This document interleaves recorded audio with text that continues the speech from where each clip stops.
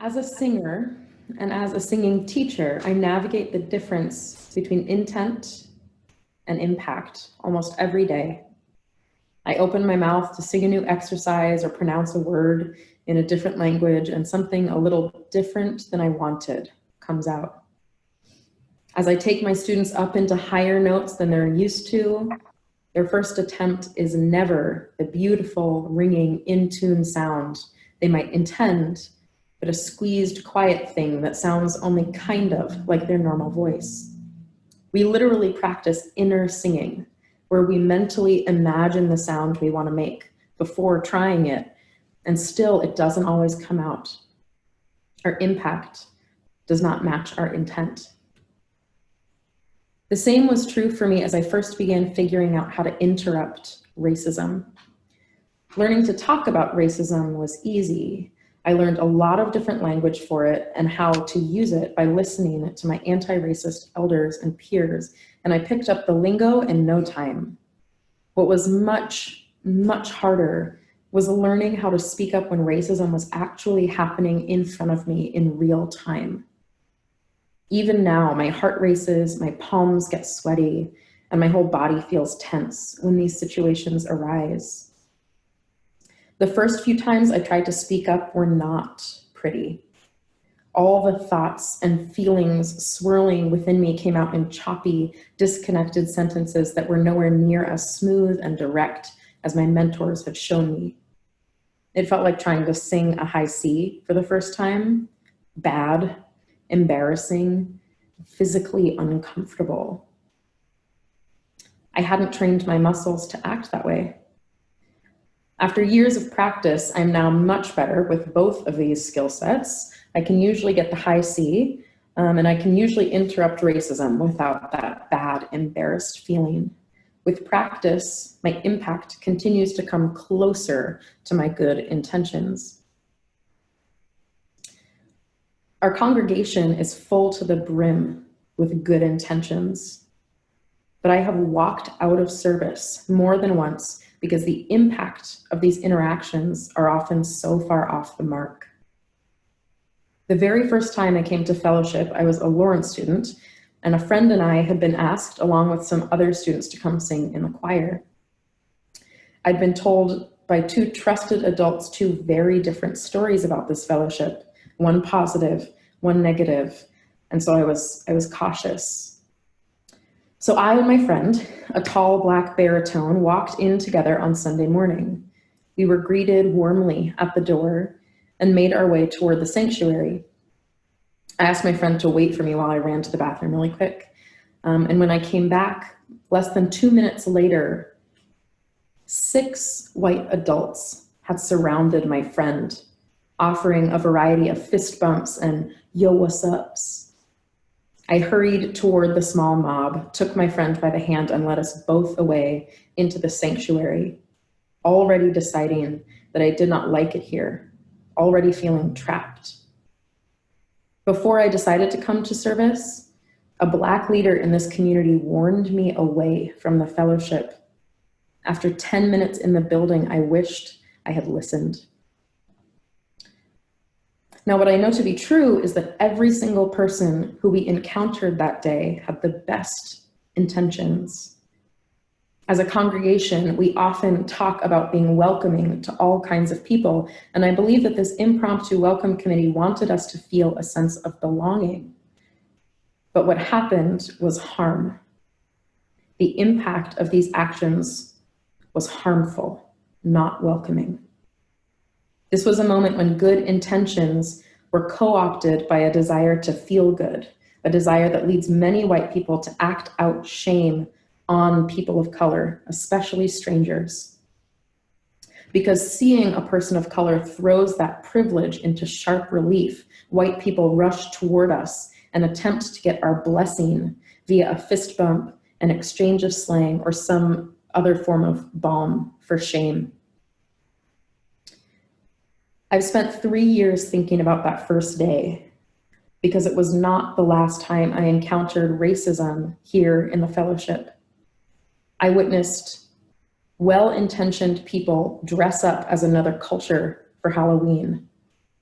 I've seen appropriation of Black movement music.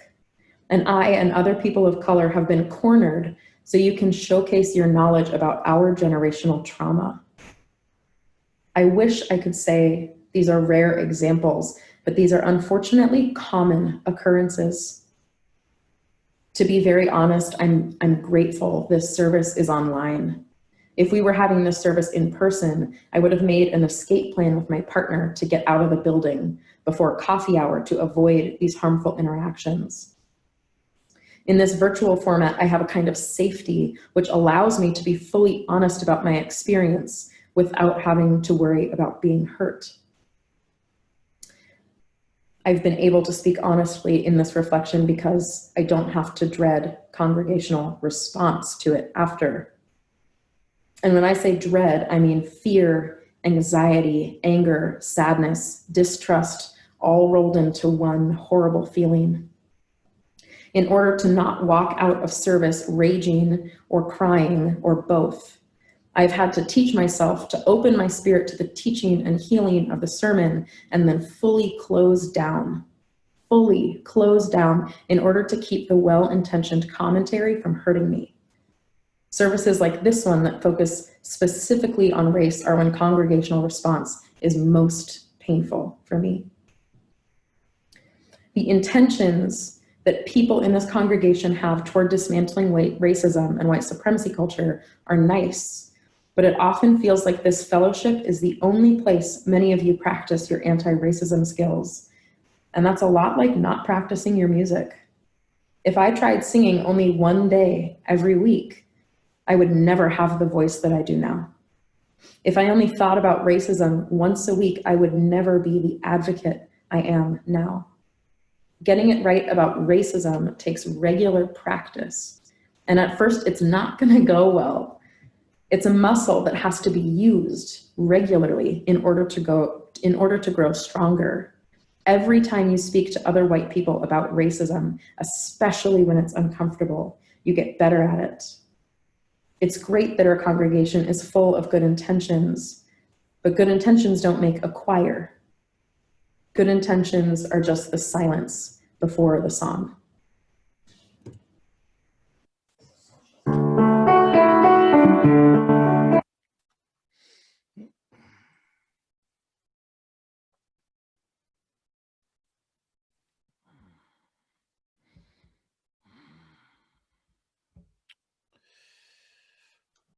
Thank you, Keira.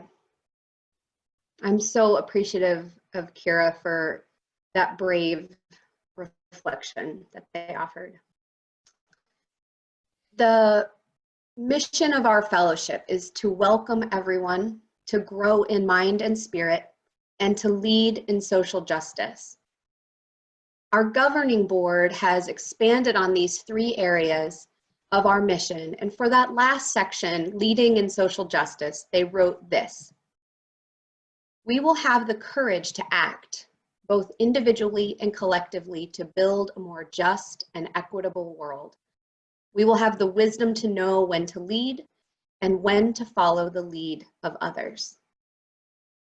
This means that one of our reasons for existing as a congregation is to act courageously, individually and collectively, to build a more just world.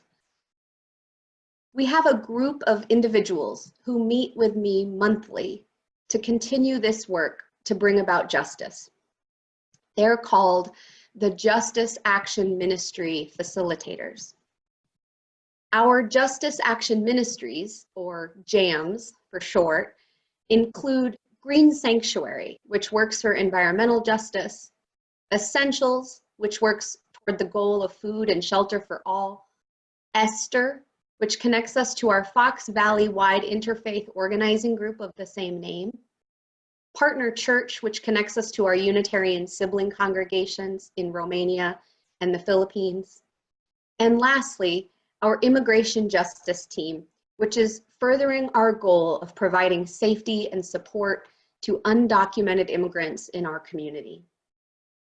The facilitator team is made up of members of each of these individual JAMs and other folks who want to drive forward the mission of our fellowship individually and collectively to create justice.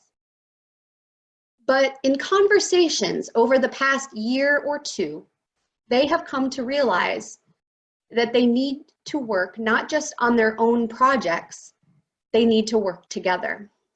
And so they have decided to leverage the power of our entire congregation and our resources, not just on sporadic projects and various different efforts, but to focus for a year or more on some overarching issues.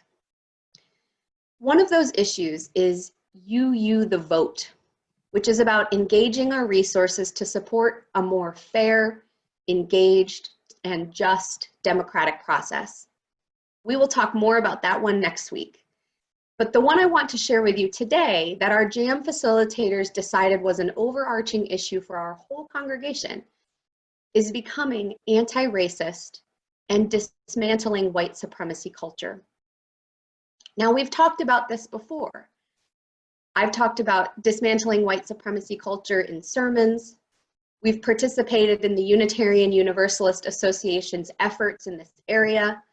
And we've had a few classes of people participate in the intensive, months-long class, Beloved Conversations. But we've never agreed that it should be a primary focus of our justice efforts collectively.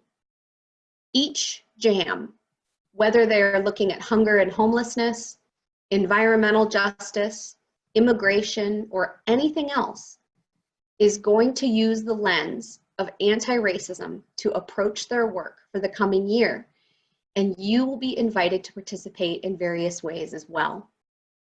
I am so excited about this. There's been an anti-racism jam in the past, on and off, and I've never really felt comfortable with the idea that it was a separate issue, that anti-racism was something that those people on that team could work on. Because racism embeds itself in every justice issue, and we all have a part to play in working against it. But what does it mean to dismantle white supremacy culture and become anti-racist?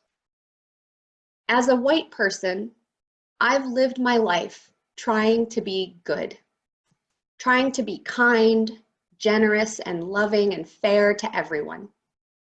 I've been taught that that is enough. To work hard individually and not to be mean or cruel is enough.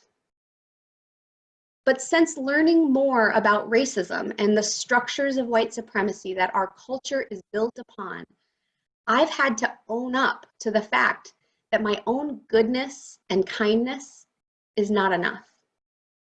Likewise, feeling bad about racism is also not enough. I'm going to be honest, this learning did not come easily to me. Everything I have been taught from school, from family, from books, from movies, from the world at large has conspired to help protect me from feeling in any way responsible for the oppression and harm that comes to people of color in our world. Had peeling away that learning, like taking off the cast on a broken arm, has meant exposing myself to the vulnerability of knowing that I am a part of something problematic, even if I don't mean to be. It has meant becoming aware of the ways that I mess up all the time, and that messing up is uncomfortable. But it also means that the muscles of allyship, if I continue to use them, can strengthen. It won't be easy or painless, but it's such deeply important work, not just on an individual level, but on an institutional level as well, as we as a whole fellowship work to dismantle these systems within our very own community. Now, I chose this topic before I realized that today was Mother's Day. But today is Mother's Day, and I need to acknowledge that one of the biggest reasons that I've strived to grow in my anti-racism and oppose my complicity in these systems is my children. I'm a white mother, raising 2 children of color. They will have the privileges of whiteness surrounding them, but they are not white. They will lose out on some of their cultural connections because they're not being raised by their biological parents who could steep them in their culture. We can try our best, but there's no way we could do it as well as their birth families could have. And the truth is that they will not be seen by the world when they grow up, that they will be seen by the world when they grow up as brown or Black men. And nothing I can do can protect them from that. Research study after research study confirms that my sweet, beautiful, kind, smart little boys will be viewed as older, more dangerous, more lazy, and less competent than their white peers, starting in school age and then into their adulthood because of the systems of white supremacy that we inhabit. And as a mama on Mother's Day, I'm begging you, for them and for all people of color who deserve more than that, for us to do our part in dismantling those systems. There are so many things I could talk about today. I could do an entire year of sermons on this topic and it wouldn't be enough. But here are 3 things that I want you to take away today. 1, these systems are real and they are functioning exactly as designed. 2, feeling bad about it isn't enough. And 3, we need to give away our power to those who have less. So the first one, these systems are real and they are functioning exactly as designed. White supremacy culture is a system. It's not an individual prejudice or a particular example here or there. The very foundation of our culture prior to the founding of America involved systems of white supremacy working together. Laws, practices, expectations, norms, all designed to benefit people who identify as white. It's not just about skin color, though that's a big part of it. It's about hair, clothes, speech, mannerisms, language, family structures, and more. It's about, in a word, culture. Saying that one culture, white culture, is better and more deserving of benefits, money, education, safety, fairness, jobs, healthcare, whatever, than people of color. I've heard throughout this pandemic, people saying that systems are broken. Our economic system is broken because it's leaving so many people out. Our healthcare system is broken. Our governmental systems are broken. When it comes to white supremacy culture, the system is not broken, not at all. It's functioning exactly as it was designed. And the fact that we are now beginning to recognize the harm it causes means that we, particularly we who identify as white, have to work to dismantle it, not try to fix it. It's not fixable. Once individuals and communities begin to realize that we are a part of a harmful system, that can also lead to guilt and discomfort. Realizing that I did not come to where I am today solely because of my efforts is uncomfortable. Realizing that I get a lot of freedom and comfort in the world solely because of the way I look and the way I talk, which has nothing to do with anything I can control, is uncomfortable. I feel bad that people of color are at much higher risk of contracting and dying from COVID-19 than white people are. And I feel heartbroken that yet again, a young, innocent Black man, Ahmaud Arbery, was killed by vigilantes as he minded his own business and went for a jog. And that it took months for law enforcement to make any arrests. But my feeling heartbroken or angry or bad doesn't really help. Now, it's a good start If you have the choice between feeling bad about injustice or not caring at all, I prefer that you learn enough to feel bad about it. But it's a necessary but not sufficient feeling. Feeling bad doesn't really solve anything. And in fact, if those of us who identify as white don't get accustomed to that feeling, then we can have the potential to do a lot more harm than good. Here's an example to try to help us think about that. I speak a little Spanish. I used to speak much better Spanish than I do now, but that's beside the point. When I first started learning, I started to feel very confident. I was so pleased with myself. I know words. And then I started really using them. And then I realized how badly I was using them and how often I was wrong. And then I even realized that my mistakes sometimes caused problems in real life. It would have been easy to just stop trying to learn. But like Keira said, making mistakes is part of the process. When we begin to learn about racism and systems of white supremacy culture, we begin to feel bad. And a few things can happen then. The first option is that we just give up. Yikes, that was uncomfortable. No, thank you. I will go back to not paying attention to this painful stuff. Another option is to begin to try, but in an attempt to avoid feeling bad, we try to prove ourselves as good white people and usually cause harm to people of color. Maybe we do things like Keira shared in their reflection, using slang with Black people to show that we're cool, or gush over how beautiful their natural hair is, or make them carry our emotional pain over the horrors of racism, or we expound on some racial recent justice issue to provide evidence for our justice-mindedness. If we're not comfortable just recognizing that injustice is real and that we are a part of that system, then we can act out of that discomfort and actually make it worse as we try to make ourselves feel better.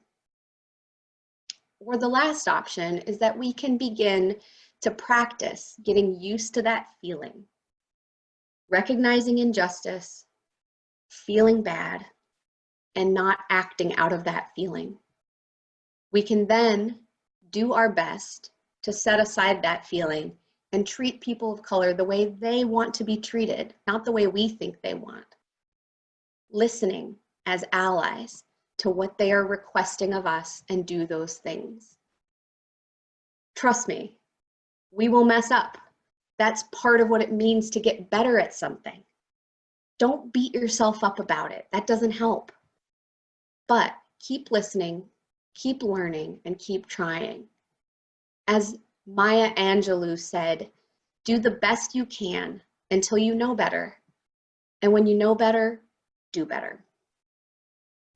The final takeaway from today's service is to give away our power to those who have less.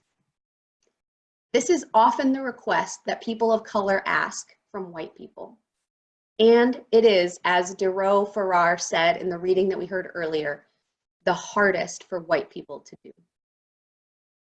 Recently, the Unitarian Universalist Association's Side with Love campaign issued a call for people who feel financially secure to share their check, meaning their federal stimulus funds, with those who are less financially secure. Many people in this congregation, I know, recognized that they had enough, and so they shared that excess with others. This is also true of white privilege and power. White folks have more than enough.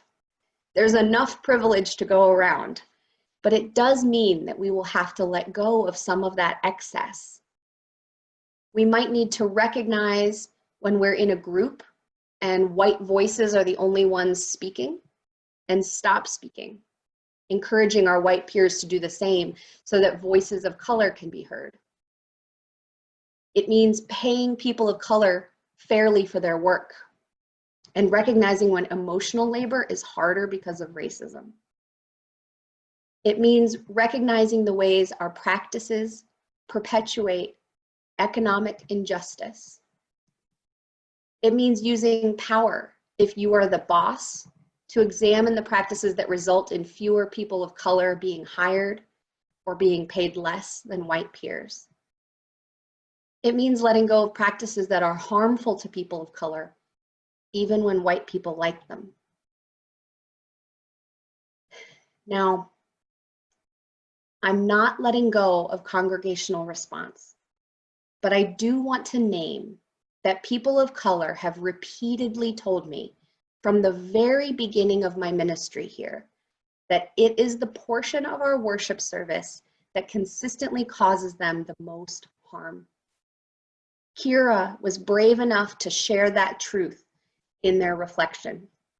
And I believe we owe it to Keira and to other people of color and to those who have left our congregation because of it to consider how this practice, which is so beloved, might really only be beloved by white folks, and how it might be addressed in the future. Part of sharing our power is recognizing when we have it, and then considering what it might mean to share that power. It might mean shifting to something different so that everyone can partake in a way that reduces harm. And it might mean letting go. There are hundreds of other examples of how we might share power. And sharing might mean we get a little less. But when it comes to white privilege, there's more than enough to go around.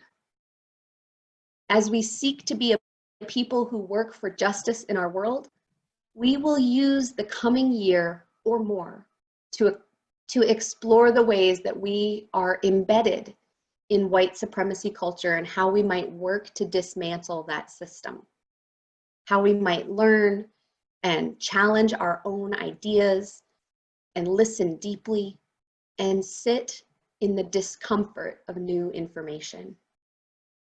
We will find ways to share our power and work for a more fair and free world, each person, each effort, together.